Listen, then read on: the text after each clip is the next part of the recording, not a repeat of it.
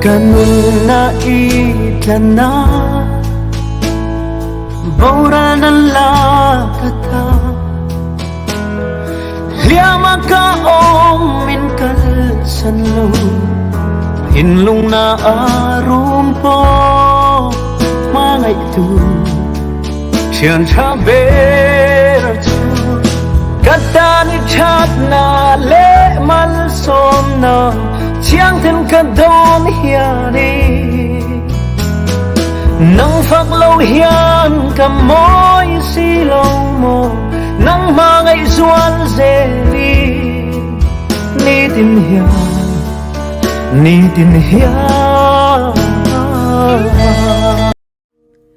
Ganun na itana Bural lang kita Liyama gaong minkal sanlo Tinlong na arung po Mga itu Cian jabertu Kata ni chat na le malsom na Tiang din ka don hiani